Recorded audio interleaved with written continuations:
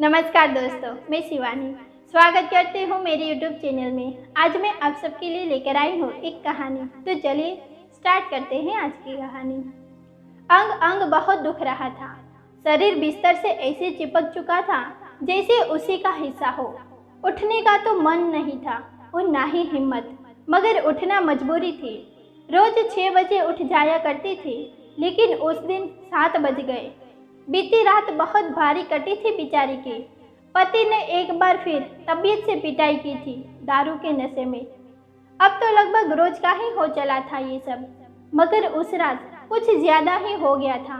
बेचारी उठी, बगल में 3 साल की बच्ची सो रही थी। उसे यूं ही छोड़ लड़खड़ाती, बदन को सहलाती नल पर गई, मुंह धोया और रोज की तरह दैनिक कार्यों में जुट गई।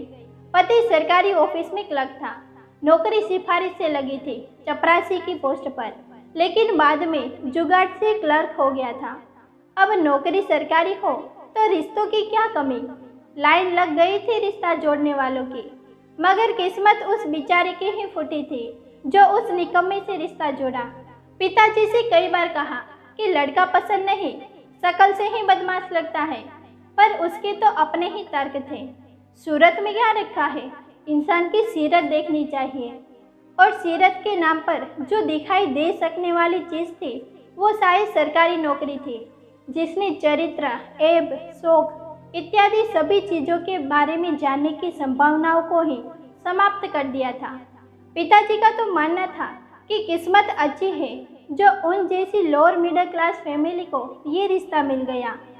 बाप के पास पैसा ना हो तो बेटी की सुंदरता और किस्मत, ये दो ही चीज़ें विवाह नामक महाआयोजन की वेतनी को पार लगाती है। तो इस केस में भी यही हुआ था। हालांकि फिर भी वर पक्ष जितना झटक सकता था उससे ज़्यादा ही वसूल लिया था लड़की वालों ने लड़के के सरकारी नौकरी के नाम पर।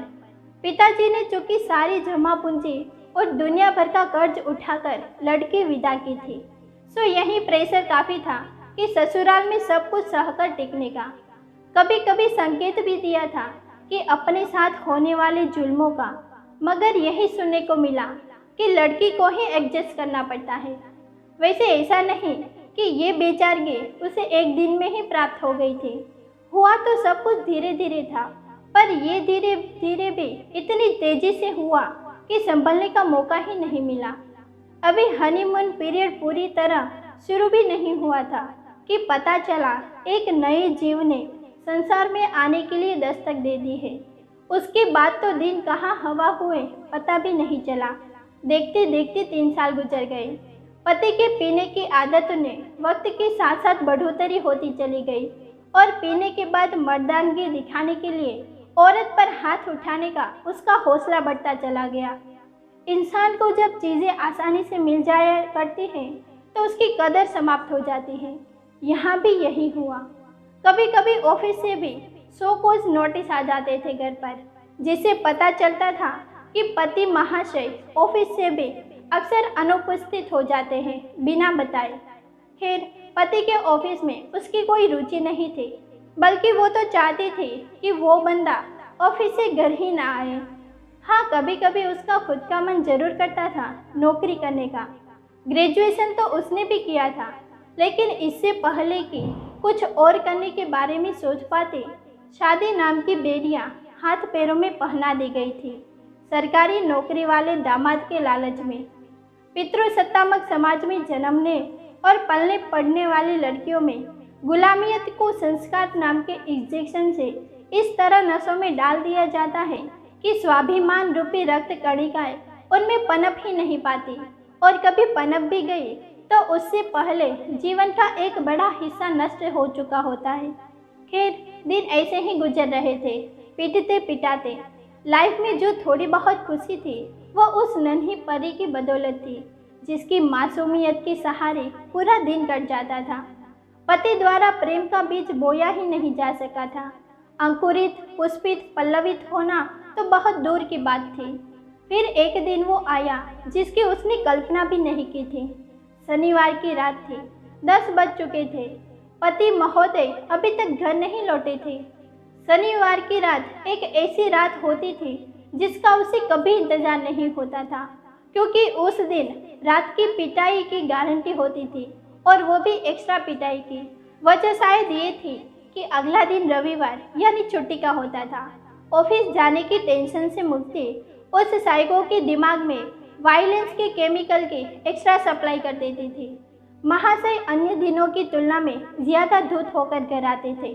ज़्यादा नशा, ज़्यादा जुनून और ज़्यादा पिटाई।